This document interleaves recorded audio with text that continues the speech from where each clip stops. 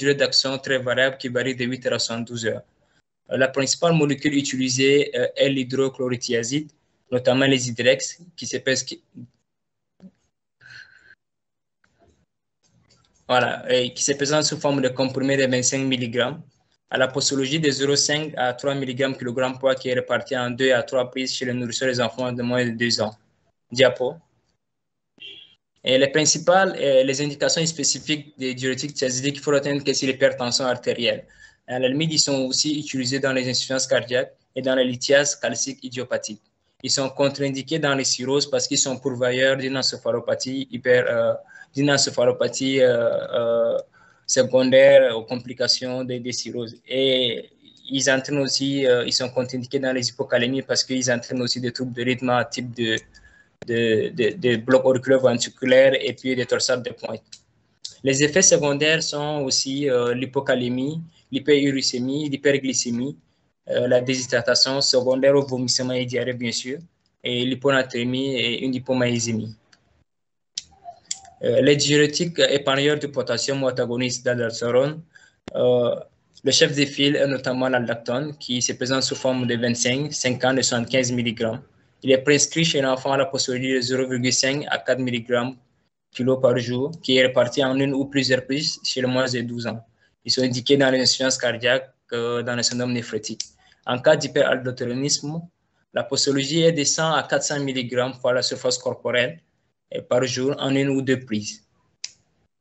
Les indications des diurétiques épargnants du potassium, ils sont entre autres l'hypertension artérielle, les insuffisances cardiaques, le syndrome néphrétique, la myasthénie, et ils sont contre-indiqués dans les hypercalémies parce que, voilà, comme son nom l'indique, ils épargnent le potassium, donc il y a risque de majorer l'hypercalémie et d'insuffisance rénale.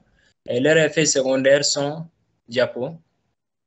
l'hypercalémie, l'insuffisance rénale, la déshydratation, l'hyponatrémie et l'acidose hyperchlorémique. Les autres diurétiques qui sont rarement utilisés, on a les inhibiteurs de l'anhydrase carbonique, notamment le Diamox qui se présente sous forme de comprimé à 250 mg. Chez les enfants, ils sont prescrits à la posologie de 5 à 10 mg, mais c'est surtout à partir de 6 ans. Les principales indications sont le glaucome aigu, les œdèmes cérébraux post-traumatiques. Ils sont contre-indiqués en cas d'allergie au sulfamide, en cas d'insuffisance hépatique ou rénale, en cas d'acidose métabolique et d'hypocalémie. Leurs principaux effets secondaires sont nombreux, à savoir l'hypocalémie, l'acidose métabolique, l'hyperglycémie et les troubles hydroélectrolytiques. Ailleurs, nous avons aussi les diurétiques osmotiques, notamment le mannitol, qui se présente sous forme injectable à la posologie de 0,5 à 1,5 g par kg poids par jour, soit 2,5 ml kg poids toutes les 30 minutes. Les principales indications sont limitées, à savoir dans les hypertensions intracrâniennes, dans les œdèmes cérébraux et les hypertonies oculaires aiguës. Diapo. Les indications, il faut savoir que les indications en urgence des diurétiques dépendent des pathologies. Par exemple, dans les OAP, nous n'allons pas prescrire du diurétique thiazidique. Notamment, nous prescrivons naturellement le furosemide. Dans les œdèmes cérébro-méningés et les hypertensions intracrâniennes, c'est du mannitol qu'on utilisera. Dans les hypercalcémies, nous utiliserons du furosemide avec le furosemide à forte dose. Comme traitement de fond, l'hypertension artérielle, nous utilisons notamment le diurétique thiazidique. Dans les insuffisances cardiaques, nous utilisons les diurétiques épargneurs de potassium. Dans les lithiases calciques, nous utiliserons les diurétiques thiazidiques pour leur effet. Et dans les syndromes néphrotiques et état odomatique, nous utiliserons les diurétiques thiazidiques et en même temps l'aldactone. Diapo.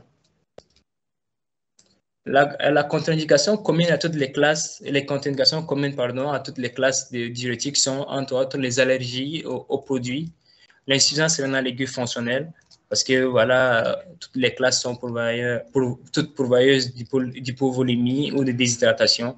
Ils sont contre-indiqués dans les obstructions sur les voies urinaires, dans le cas d'hyponatrémie sévère et dans le cas d'encéphalopathie hépatique ou de cirrhose hépatique sévère. Diapo. Les effets secondaires communs à toutes les classes sont liés à l'effet diurétique.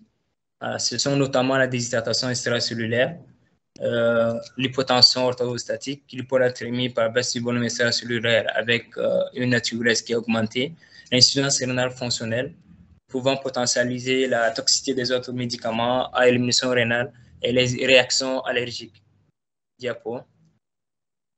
Et le choix du traitement diurétique dépend notamment de la pathologie traitée. Vraiment, il faut savoir poser l'indication et savoir voilà, quel type de diurétique il faut utiliser. Devant la fonction rénale notamment, on ne peut pas prescrire les diurétiques chez un malade qui présente une insuffisance rénale, bien sûr. Il faut savoir choisir quel type de diurétique il faut prescrire. Et de la kaliémie notamment, un malade qui présente une hyperkaliémie, une hypocalémie, il faut faire attention parce que, comme on l'a si haut dit, il y a les effets secondaires à type d'hypocalémie ou d'hypercalémie, des traitements associés, bien sûr, et des comorbidités. Diapo.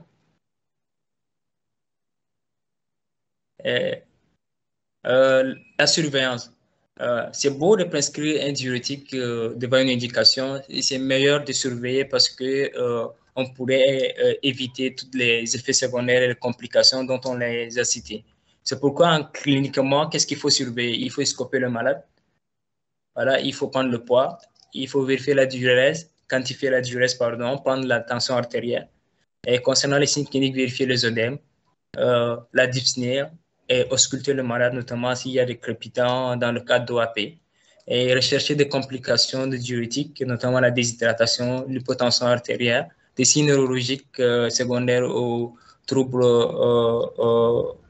hydroélectriques à type d'hyponatrémie, des troubles de rythme dans le cadre d'hypocalémie.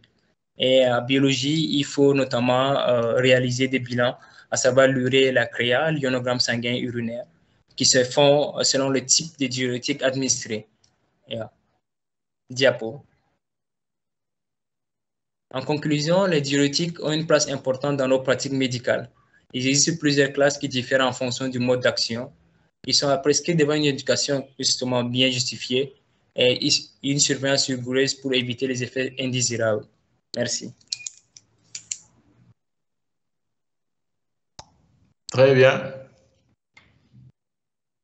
Alors, questions, commentaires?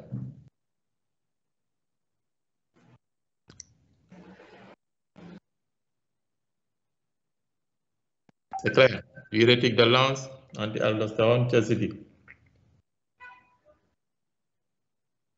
Posologie, effet secondaire. Tout est clair. Bon. Il n'y a rien de spécial. Hein. C'est le médicament que vous traitez très bien. Mais l'UE, c'est UE thérapeutique. Ça veut dire que quand on dit UE thérapeutique, il faut connaître les mécanismes d'action, les posologies et les effets secondaires. C'est ça qu'on vous demande. Donc, si on dit effets secondaires, c'est des éléments de surveillance. Mais je pense qu'il n'y a pas de souci pour ça.